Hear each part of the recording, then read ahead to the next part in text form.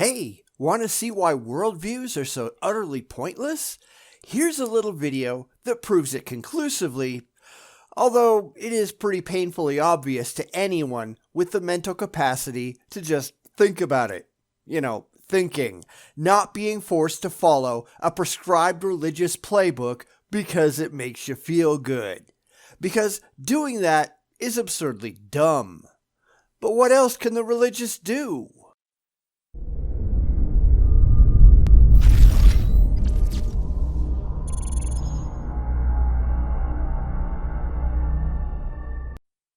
So today we're going to take a look at a little channel called Disciple Nations Alliance in a video with Scott Allen and some guy drinking coffee and looking pretty damn bored. He's going to show why worldviews are so utterly pointless and why I personally reject the whole idea. You do not need a mental prison imposed on your brain. And that's all religion is. So let's go watch Scott entirely fail. Not that you would ever get him to admit it because, like everyone else on his side, his brain has been terminally poisoned by his religion. But let's go take a look.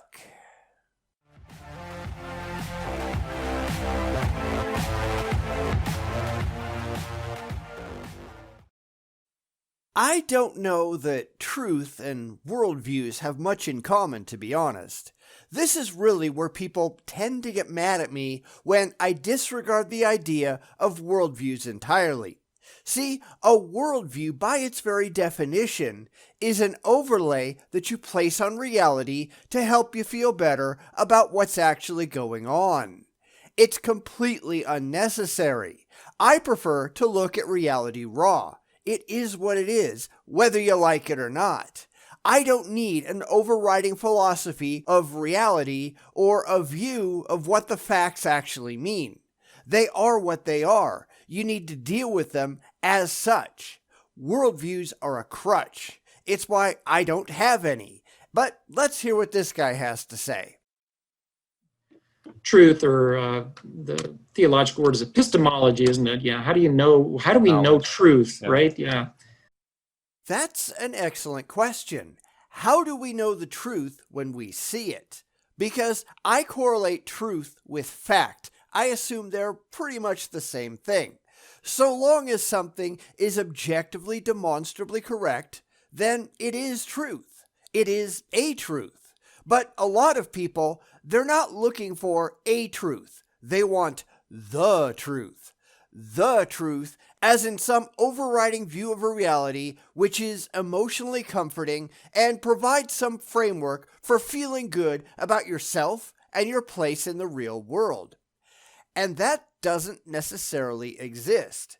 There is a difference between coming to grips with your place in reality and expecting that place to provide you emotional comfort. It doesn't matter if you're happy about what's real. It's just real. It honestly doesn't make a difference.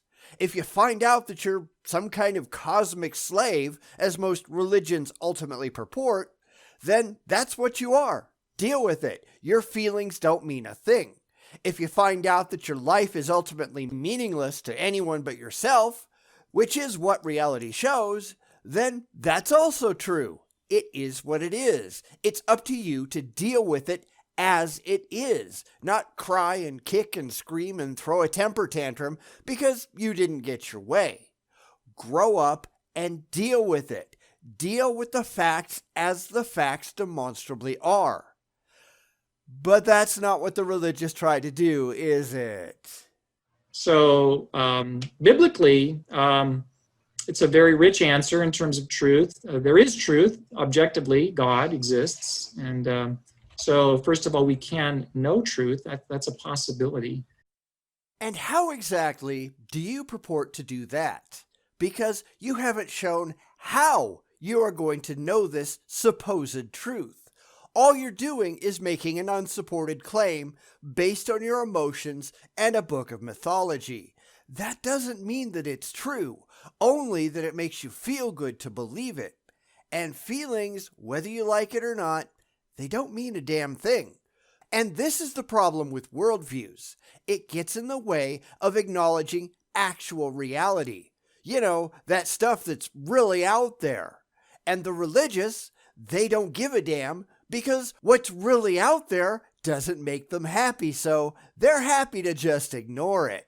They make up stories in their heads and call it their worldview and interpret everything that is actually so through that irrational lens. And for some reason, they're proud of that. Go figure. And we know truth in the Bible through revelation. Because someone said so. I mean, that's really what he's saying. Someone said something that he likes, so he believes it because it makes him happy. How is that a mature, intelligent, rational way of interpreting reality? I like it, so it's true. But that's really stupid. Who cares what you like? I mean, other than you. And who gives a fuck about you? The religious really are immature children pretending reality revolves around them and their emotional state. There is something significantly wrong with these people. There really is. God reveals truth to us, and he does that in a number of ways. He does that through his creation. It says in Romans chapter 1 that the creation itself is powerful evidence of God. So powerful that there really doesn't need to be any more evidence. It's evident to every single human being, regardless of whether they have Bibles or not, that they know God exists just because of the evidence of creation. And that's bullshit.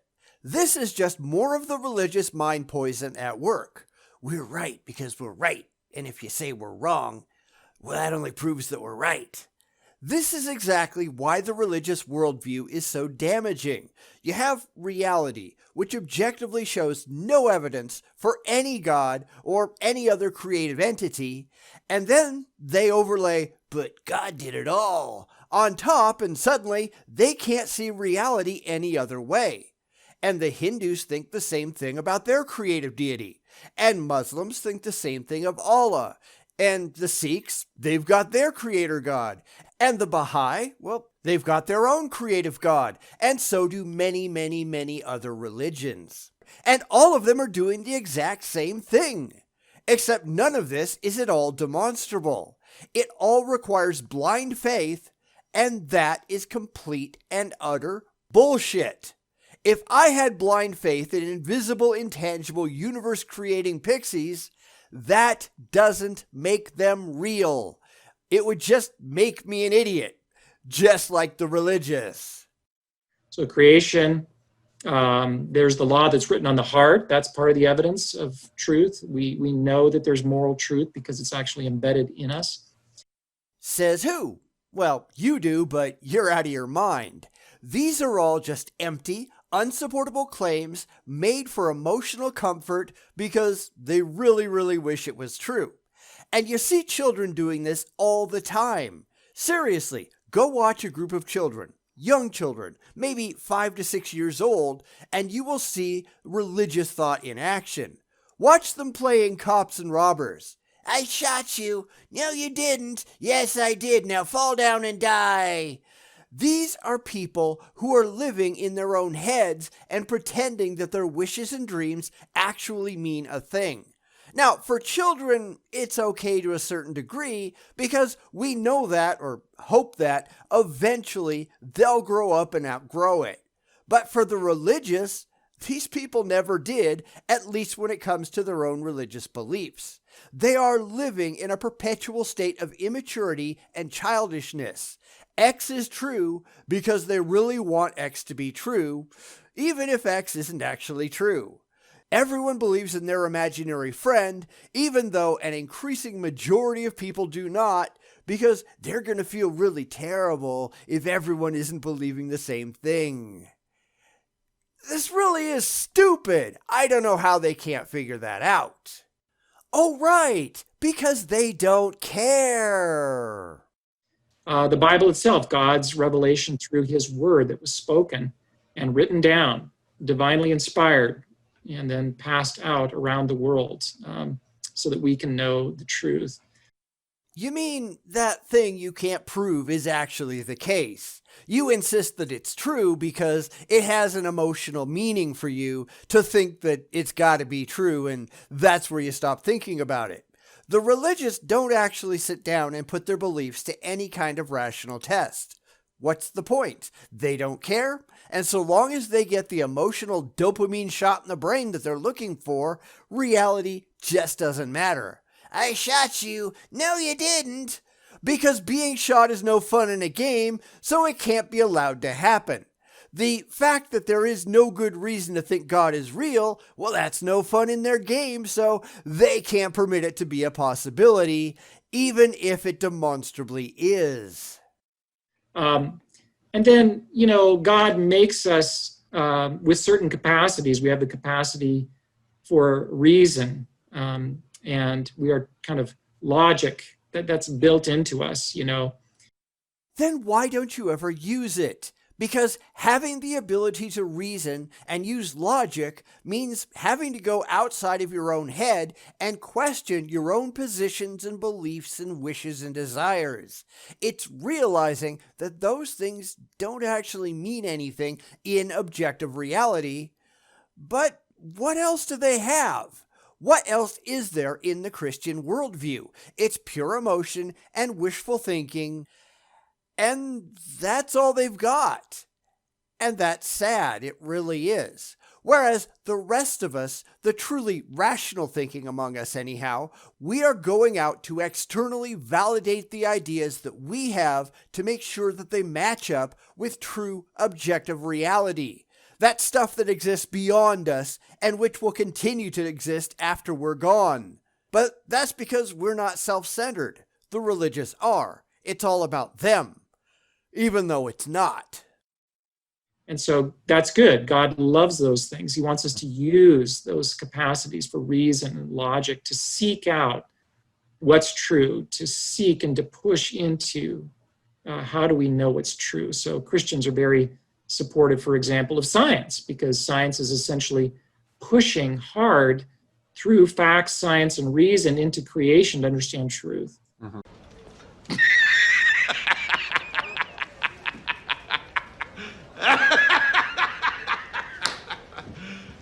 You serious? You're kidding, right? As of 2000, 47% of Americans held some kind of creationist views, although that number has started to fall somewhat. A ton of them still believe that Noah's flood ever happened. A lot still believe in miracles and the necessity of exorcisms and ghosts and all of this other stupid bullshit. Irrational, anti-scientific views are at the core of Christianity, at the core of all religion, really. You all believe in magic and invisible father figures in the sky. That is not scientifically valid. So no, Christians do not follow science. They never have, and they never will. They can't if they want to remain Christians. That's kind of the point. So the biblical worldview supports science, modern science. Okay. Ideological social justice. Let's look at how it understands truth. First of all, it's atheistic, as I've said. No. At best, it's secular, and that proves you haven't got a clue what the hell you're talking about, as is no surprise at all. Atheism refers to the lack of belief in gods. Full stop. It can have no opinion about anything else. So, you're just an idiot. And so there is no objective external truth. Okay, it doesn't exist. Justify that if you would. Of course, he can't because he's delusional. But this is really more evidence that this worldview overlay that he's using is just getting in the way of reality. I don't want to get into the whole social justice thing here because I'll be the first one to acknowledge that a lot of it is just as emotionally nonsensical as Christianity, but at least some of the observations that there are people who are treated differently based on unchangeable physical characteristics, for instance, that can be objectively verified to at least some degree, at least historically. I mean, these people were actually real. And that's about as close as you can get to being objectively verified in the social sciences. But Christians don't like that, so they just throw it all out the window and pretend to be pro-science, even though they obviously have no clue what the hell science actually is. There's your truth, there's my truth, or more specifically in the case of this worldview, your group's truth and my group's truth, right? Truth is kind of defined to the group. It's relative to the group. And that's not how truth works. Truth is true, period. It doesn't matter how you look at it. It doesn't matter how you interpret it. It is independently and objectively verifiable beyond what you personally think about it. And that's not how the religious look at it. That's not how the social justice warriors look at it. Both of these groups are completely delusional, buried in their own emotional ideas of how things ought to be, to care one bit about how they actually are. Now, I've got nothing against trying to change the world where you see things you disagree with. Maybe you'll be successful, maybe you won't. But you have to have a decent grasp on how the world actually is first, and neither side tends to do that. So there isn't any kind of objective meta-narrative. This is the postmodern aspect to it. There isn't any truth that's out there. So, in fact, they would say any kind of claim to know truth is just a holdover. It's a tool that's used by oppressors to gain power. Just like the religious have done for centuries. Just like he's trying to do right now. He's got the truth, and anyone who disagrees, they're automatically wrong, because in his own mind, he can't possibly be incorrect. How does he know that? He just does. That's all it takes. And this kind of truth ravaged across Europe for centuries and resulted in numerous wars between religious groups who all thought they had the truth. And every single one of them was mistaken, and they still are. But they're still fighting, aren't they? They're still looking for power. They still want influence over how things are done. And if they don't get it, it's a war on them. I trust I don't have to say how really stupid that is. So if I said, hey, we need to seek the truth out on this because there is truth, that whole idea they would just completely dismiss. And I'd ask you how you know that you have the truth. And you'd have no answer outside of blind faith and childish emotional demands. Because if you'd say, but it says so in the Bible, I'd rationally expect you to prove that the Bible is true, and you can't do that. I'd expect you to be able to produce evidence that your imaginary friend is real, and you can't do that. I'd expect you to use the scientific method, since you seem to love science and all, and you can't do that. And that's how you know that these people are completely full of shit. They can't do anything that they purport to be able to do. And say, yeah, those notions come from Christianity and from the West, and that's oppressive. No, but neither do any of those ideas require Christianity or any other religion, which Christians love to play make-believe and pretend that they do. Just because Christianity was present, that doesn't mean that it was necessary. It doesn't mean we couldn't go back and do it all over again without Christianity and end up in as good or even a better place than we did. Christianity was there, and honestly, it did more harm than good, and we'd be a whole lot better off if it and all other religions just went away. I've exposed a lot of really horrible thought patterns in just this video, and this is just the tip of a very, very, very large iceberg. Christianity is a terrible ideology. All religions are. It imposes a mental prison in which its followers must toil because they can't work beyond its confines. They are stuck trying to take unearned responsibility for all the good things in history, most of which they had no inherent part in, and then pretending all the really horrible things that actually did, well, that had to be someone else, right? And then they pretend they've got the truth. I think it's pretty clear